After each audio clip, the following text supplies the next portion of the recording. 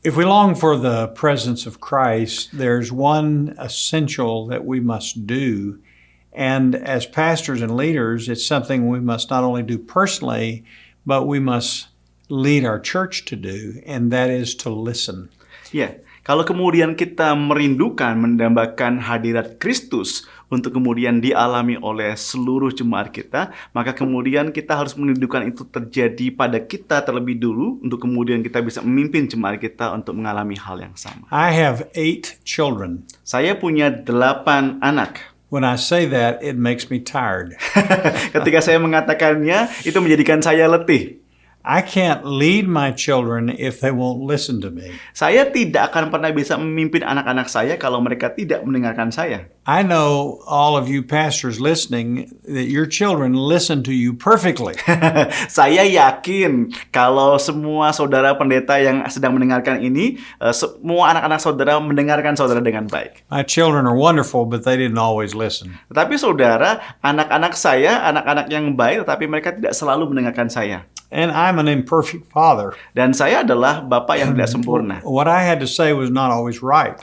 Jadi apa yang saya katakan tidak selalu benar.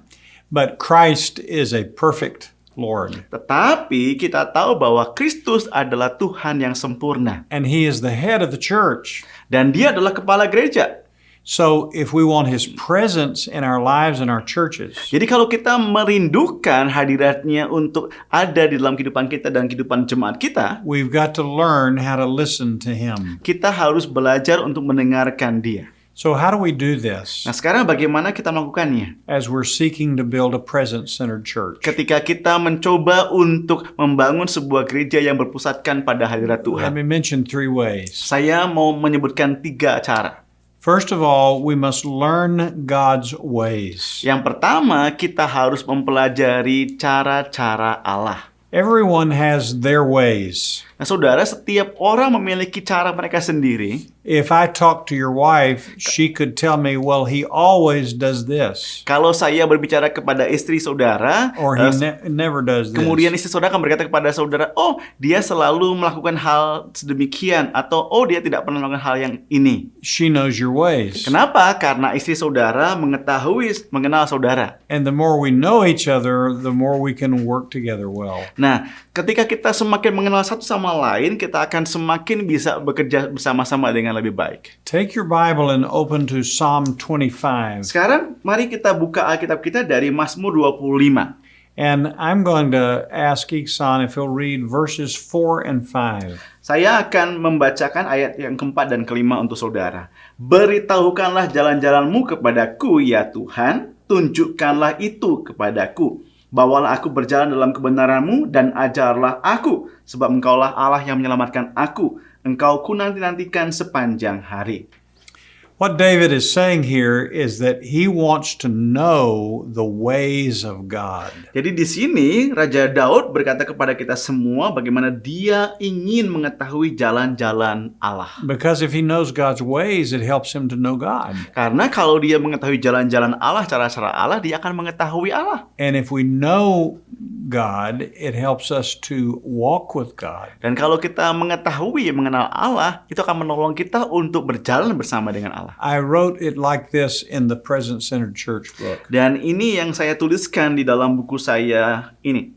If you desire to build a presence-centered church, Kalau saudara merindukan untuk membangun sebuah gereja yang berpusatkan pada hadirat Tuhan, study what invites God's presence kita harus mempelajari apa yang mengundang hadirat Allah and what prevents God's presence. dan apa yang mencegah hadirat Allah. Where does he seem to manifest himself in human history? Di mana dia tampaknya menyatakan dirinya di dalam sejarah umat manusia. Where does he seem to manifest himself in the church? Di mana dia tampaknya menyatakan dirinya di dalam kehidupan gerejanya. When does he invite, what invites his presence? Apa yang mengundang, mendorong hadiratnya? And when does he withdraw his presence and why? Dan kapan serta mengapa dia menarik hadiratnya? Nobody thinks about your church more than you. Saudara, tidak ada seorang pun yang memikirkan tentang gereja saudara lebih daripada saudara. And if I want to lead my church into God's presence, Dan kalau saya ingin memimpin gereja saya masuk ke dalam hadirat Tuhan, because everything flows from the presence of the Lord, karena segala sesuatu itu mengalir dari hadirat Tuhan, then I must understand what we should do to invite the presence of maka God. saya harus memahami apa yang kita harus lakukan untuk mengundang hadirat Allah di dalam kehidupan kita. Many pastors will plan things and do things that grieve the Holy Spirit. Sayangnya banyak pendeta yang merencanakan banyak hal, melakukan banyak hal yang sesungguhnya justru mendukakan Roh Kudus. Or that quench the Holy Spirit Atau justru memadamkan Roh Kudus. and that hinder the presence of God from being there. Yang mencegah hadirat Tuhan untuk hadir di sana.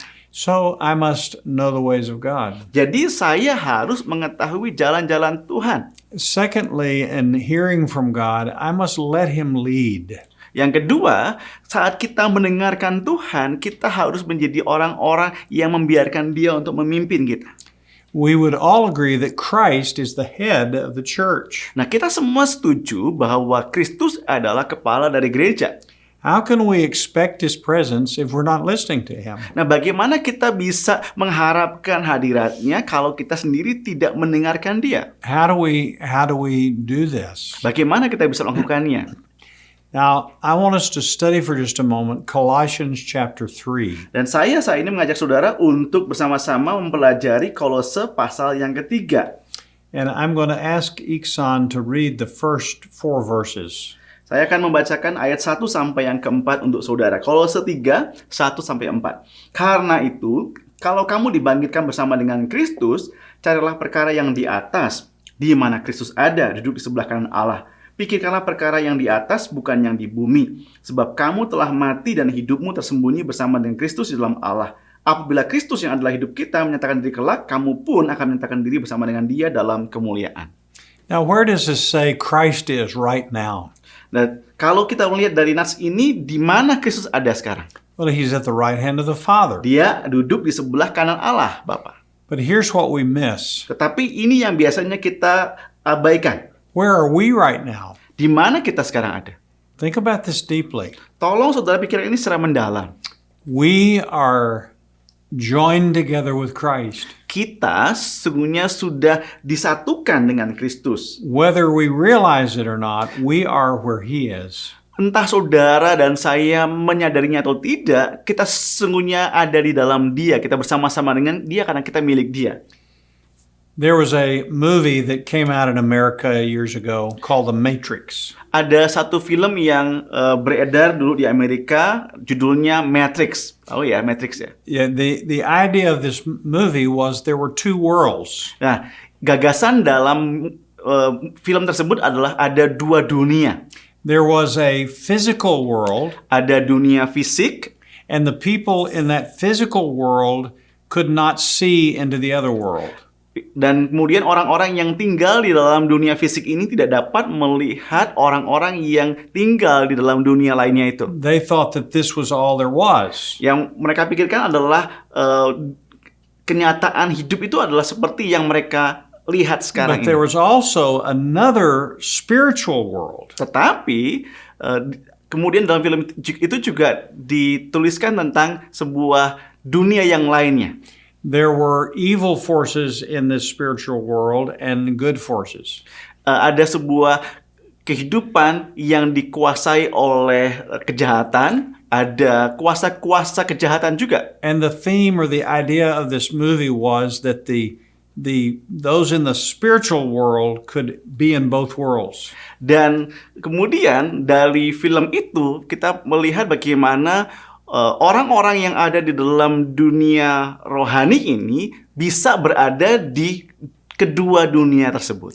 Now, this is a godless movie, Nah, tentu saja film itu sangat tidak rohani ya. but it illustrates really a biblical truth. Tetapi ini sesungguhnya menggambarkan sebuah kebenaran yang sangat alkitabiah. Before we came to Christ, we were in one world. Sebelum kita datang kepada Yesus, di dalam Yesus, kita ada di dunia ini. in Ephesians 2 tells us our father was the devil.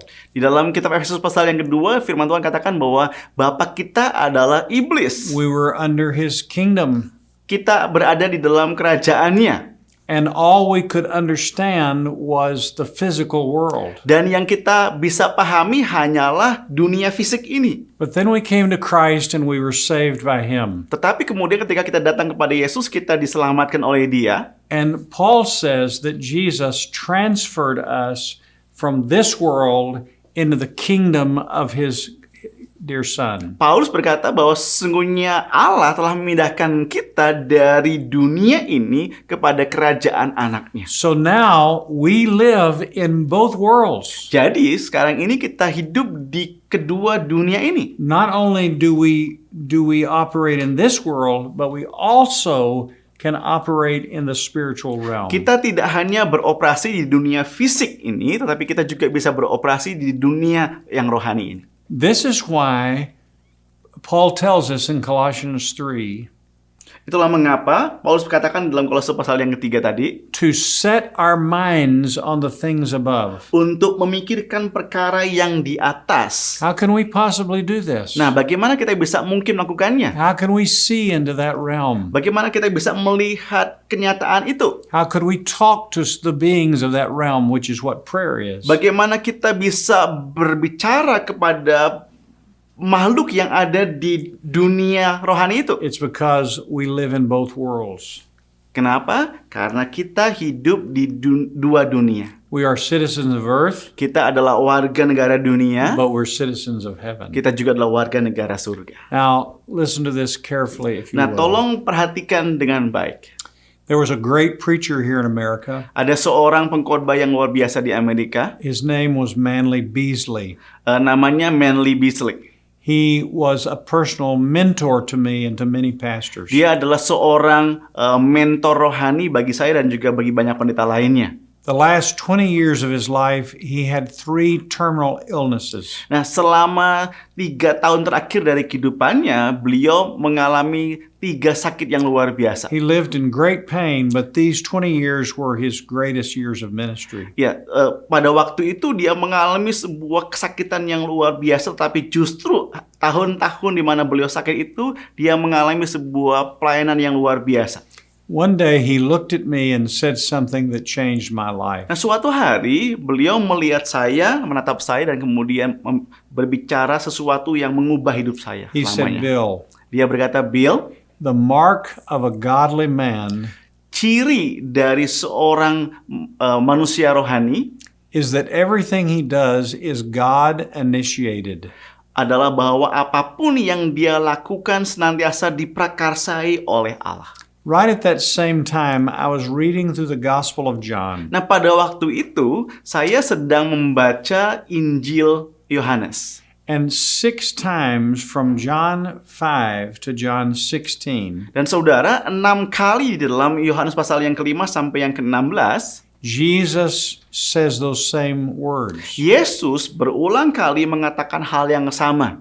He says, I do nothing by my own initiative. Dia berkata, aku tidak melakukan apapun dengan keinginanku sendiri. What I see my Father doing, that's what I do. Apapun yang aku lihat dikerjakan oleh Bapakku, itulah yang aku lakukan. What I hear my Father saying, that's what I say. Apapun yang aku dengarkan Bapakku katakan, itulah yang aku katakan. Now we know the 33 years when Jesus was on earth, Nah, saudara, kita tahu bahwa selama kurun waktu 33 tahun kehidupan pelayanannya di dunia, he was God, but he laid aside his God powers. Yesus adalah Allah yang kemudian mengabaikan kuasanya dan juga otoritasnya sebagai Allah. Philippians 2 tells us this. Itulah yang dikatakan dalam kitab Filipi And pasal he 2. lived as a man, Dan Yesus pada waktu itu hidup sebagai manusia, but a man who was perfectly walking with his Father. tetapi seorang manusia yang secara sempurna berjalan dengan Bapanya. So he not only showed us what God was like, Jadi Yesus tidak hanya menunjukkan kepada kita seperti apakah Allah itu, he showed us what a man was to be be like. Dia juga menunjukkan kepada kita bagaimana seharusnya manusia He itu. showed us what you are to be like. Bagaimana saya dan saudara harus menjadi. And we are to constantly be talking to God in heaven through the word and prayer. Dan oleh karena itu kita harus senantiasa hidup di dalam sebuah komunikasi yang terus-menerus dengan Allah. And we are seeing what God is doing in heaven. Kita mengatakan apa yang Allah katakan di surga. And we pray for that to come right where we are. Dan kita kemudian berdoa supaya hal tersebut juga terjadi di mana kita berada. This is why Jesus said in the model prayer, pray this way. Itulah sebabnya kita melihat bagaimana Yesus mengajarkan doa kepada murid-muridnya. Our Father who art in heaven, Bapa kami yang ada di surga, hallowed be thy name. dikuduskanlah namamu, Thy kingdom come, datanglah kerajaanmu, and thy will be done jadilah kehendakmu on earth di bumi as it is being done right now in heaven. seperti yang sedang terjadi sekarang ini di surga. Now let me give you another illustration. Saya akan beri kepada saudara satu ilustrasi lagi. My friend Manley Beasley that I spoke about Teman yang tadi saya katakan, Manley Beasley, almost died many times. hampir saja mati beberapa kali. He was often in the hospital. Beliau sering sekali harus berada di rumah sakit. Once he was in a hospital room near death, Pada suatu ketika beliau hampir mati di rumah sakit, and suddenly the room seemed to be filled with the presence of God. tiba-tiba ruangan tersebut terasa dipenuhi oleh hadirat Allah. Manley thought, what is this? Manley kemudian berpikir, apa yang sedang terjadi? He looked over at the door, Kemudian ketika Manley melihat pintu, and there was a woman standing there, di pintu itu ada seorang wanita, and she said in a thick accent, dan kemudian perempuan ini berbicara dengan aksen yang sangat "Are tebal. you Manley Beasley?" Perempuan ini berkata, apakah engkau Manley Beasley? She said, "I am Corrie ten Boom." Perempuan itu berkata, saya Corrie ten Boom.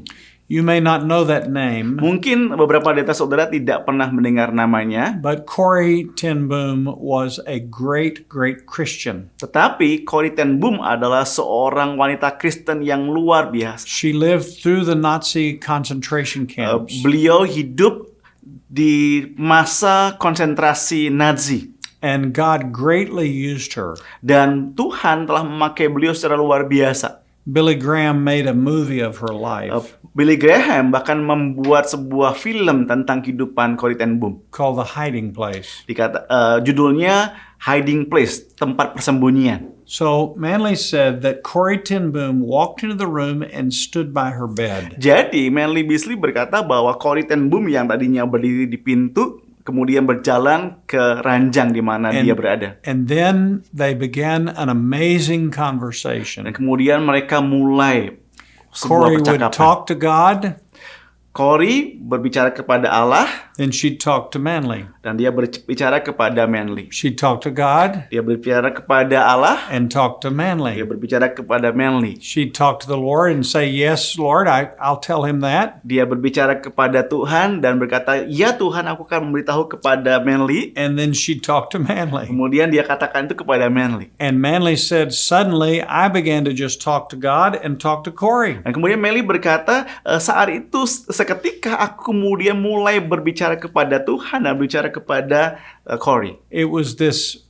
seamless, uninterrupted conversation between heaven and earth. Jadi kita bisa melihat bagaimana itu adalah sebuah percakapan yang luar biasa antara manusia yang ada di bumi dengan surga. Now, what was happening? Nah, sekarang apa yang sedang terjadi? Corrie ten Boom was a woman who knew how to live in both worlds. Corrie ten Boom adalah satu pribadi yang tahu bagaimana untuk hidup di dalam dua dunia. She was abiding in the presence of Christ. Dia diam di dalam hadirat Kristus. There was no difference in talking with God and talking with someone else. Tidak ada perbedaan antara berbicara kepada Allah dan berbicara kepada manusia lainnya. Everywhere she went, Setiap perkataan ya dimanapun dia berada, heaven came down. surga turun, The kingdom of God came down. kerajaan Allah turun. Some Christians in Europe years ago made this statement. Beberapa orang Kristen di Eropa membuat pernyataan ini. There are some places where the air is thin between heaven and earth. Ada beberapa tempat di mana batasannya itu sangat tipis antara surga dan dunia. Where heaven is not so distant. Di mana surga itu tidak terlalu jauh. And this is where a godly man should live. Dan ini adalah bagaimana seharusnya seorang manusia rohani ya hidup. It's very easy as a pastor to come up with plans and ideas. Sangatlah mudah bagi seorang pendeta untuk kemudian muncul dengan ide dan juga rencana-rencana. We can say, well, let's do this. Kita bisa berkata kepada jemaat kita, ayo lakukan ini. Other churches are doing this. Atau kalau gereja lain melakukan ini, it seems to be succeeding. dan kemudian mereka sukses, So let's just do this. mari kita ikuti, kita lakukan juga. But there's some men Tetapi ada beberapa orang who listen to God, yang mendengarkan Tuhan, who hear God's plans, yang mendengarkan rencana-rencana Tuhan, who are in constant communion with the Father. yang senantiasa hidup di dalam komunikasi yang terus-menerus dengan Allah Bapa. These are men who are abiding in Christ. Ini adalah orang-orang yang berdiam, tinggal di dalam Kristus. These are men who do what they see their Father doing. Ini adalah orang-orang yang melakukan apa yang mereka lihat dilakukan juga oleh Bapa And they mereka. say what they hear their Father say. Mereka mengatakan apa yang mereka dengarkan diucapkan oleh Bapa di surga. And we enter this place of God's presence through the Word of God and prayer. Dan mereka kemudian memasuki sebuah kehidupan dua dunia, di mana mereka melakukan kehidupan mereka di dunia dengan senantiasa hidup di dalam kenyataan surgawi. This is so very important. Ini sangatlah penting.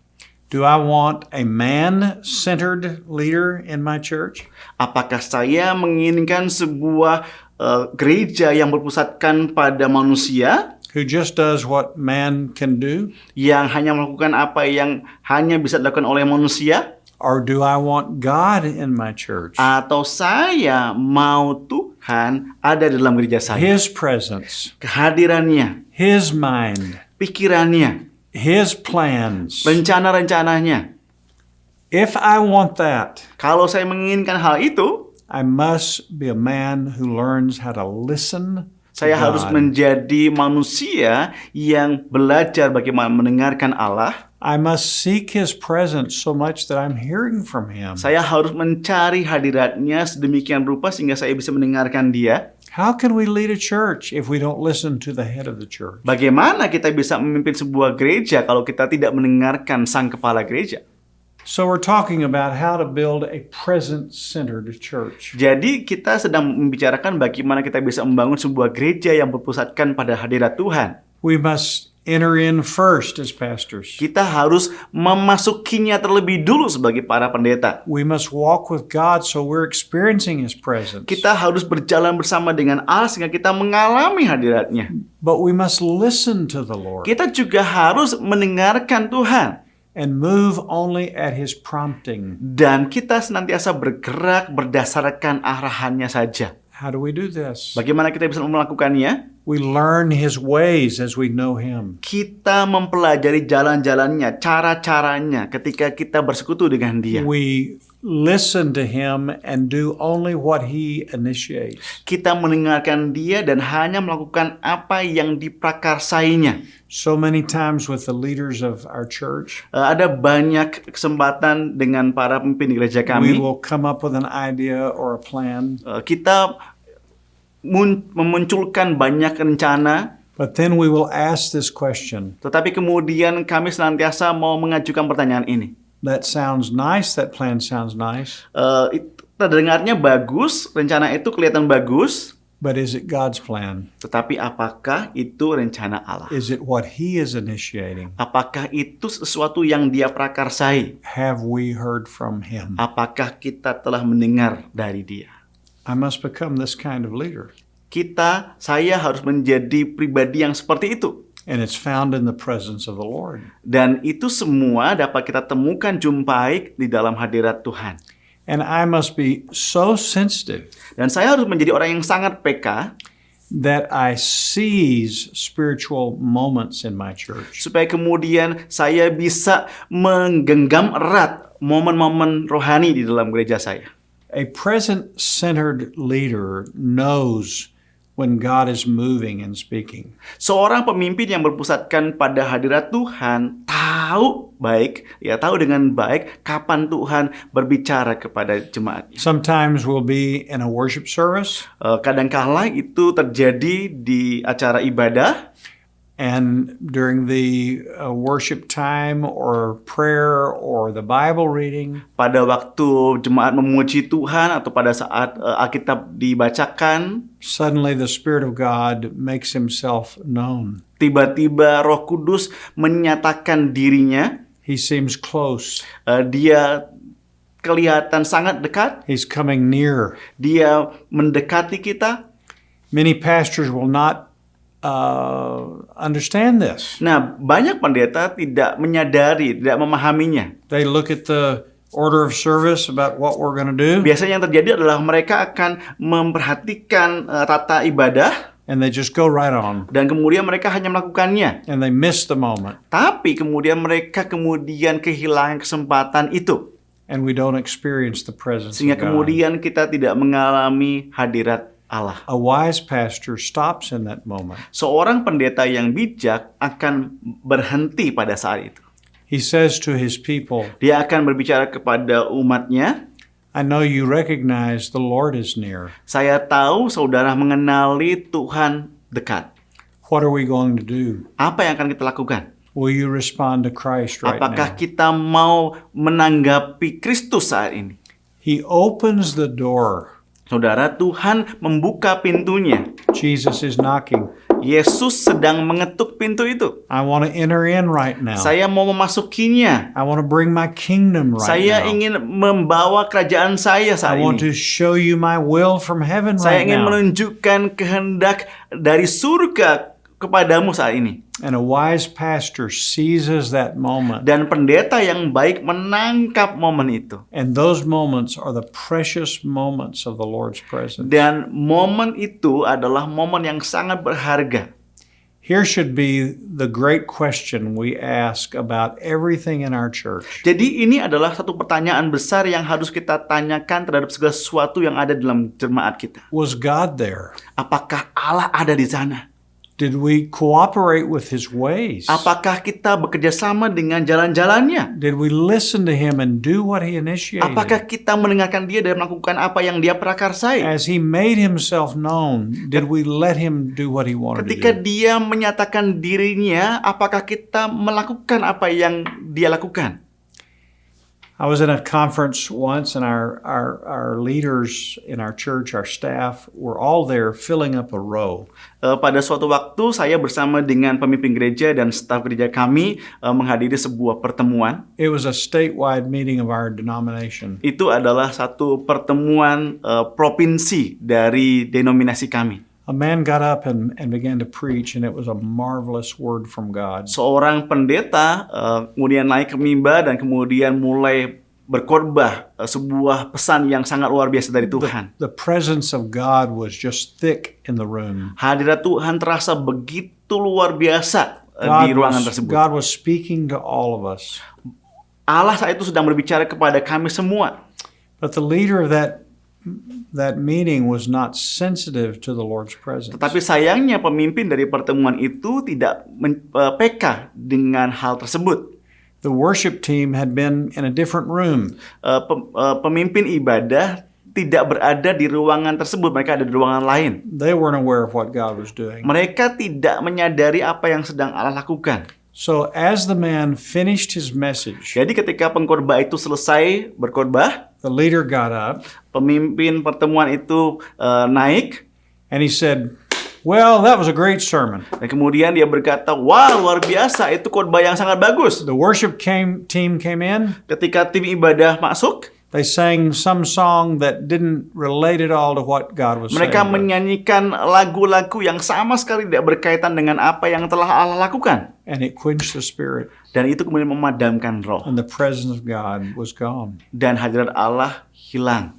I looked down the row at my leaders, Kemudian saya melihat ke barisan di mana para pemimpin kami duduk. and every one of them bent their head.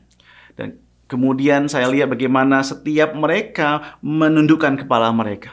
We knew that we had not listened to God in that moment, Kami tahu bahwa kami semua saat itu tidak mendengarkan Allah. and we missed His presence. Sehingga kemudian kami kehilangan kehadirannya.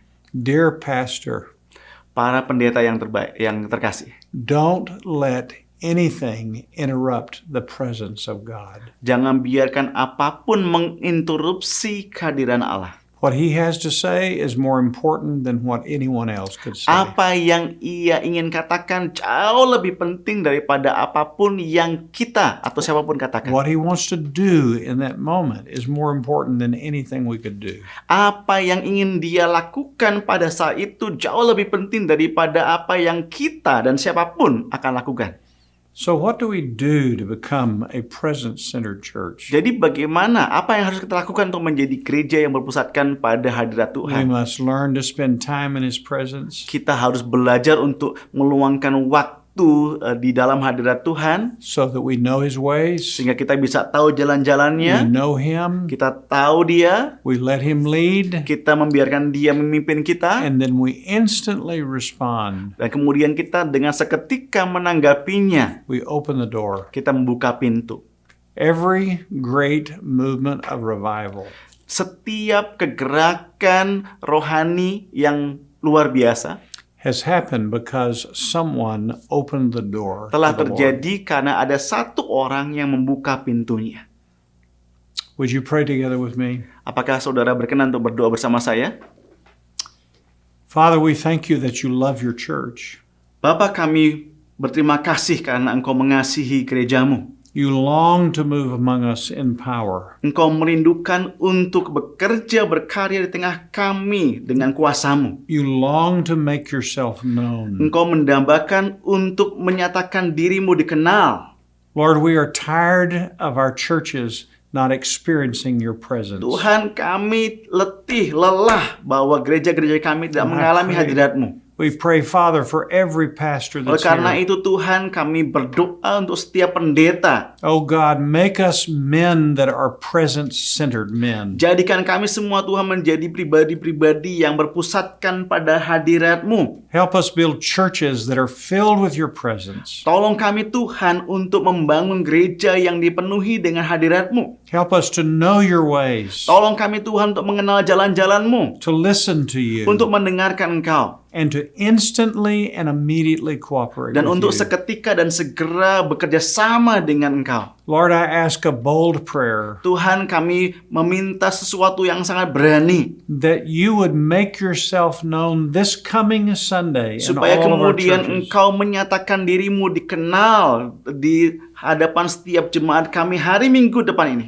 And that these pastors Supaya setiap pendeta ini would have the sensitivity to listen and to follow You. memiliki kepekaan yang luar biasa dan ketaatan yang luar biasa untuk mengikutimu. We all want that, Lord. Kami menginginkan semua itu ya We Tuhan. know that everything comes from Your manifest Kami presence. tahu ya Tuhan bahwa segala sesuatu itu berasal dari kehadiran-Mu yang ternyatakan. So, Father, come. Jadi mari Bapa datanglah. Come in power. Datanglah di dalam kuasa. Come in glory. Datanglah di dalam kemuliaan. Cleanse Your church Murnikan gerejamu. and fill Your church. Penuhi gerejamu. Empower Your church Perdayakan gerejamu. and glorify Yourself in Dan Your church. muliakan dirimu Tuhan dan gerejamu. Lord, we ask this not just for our sake, Dan kami meminta ini bukan hanya untuk kami Tuhan, but for Your sake, tetapi untukmu who taught us how to pray. yang mengajar kami bagaimana berdoa. Thy kingdom come. Datanglah kerajaanmu. Thy will be done Jadilah kehendakmu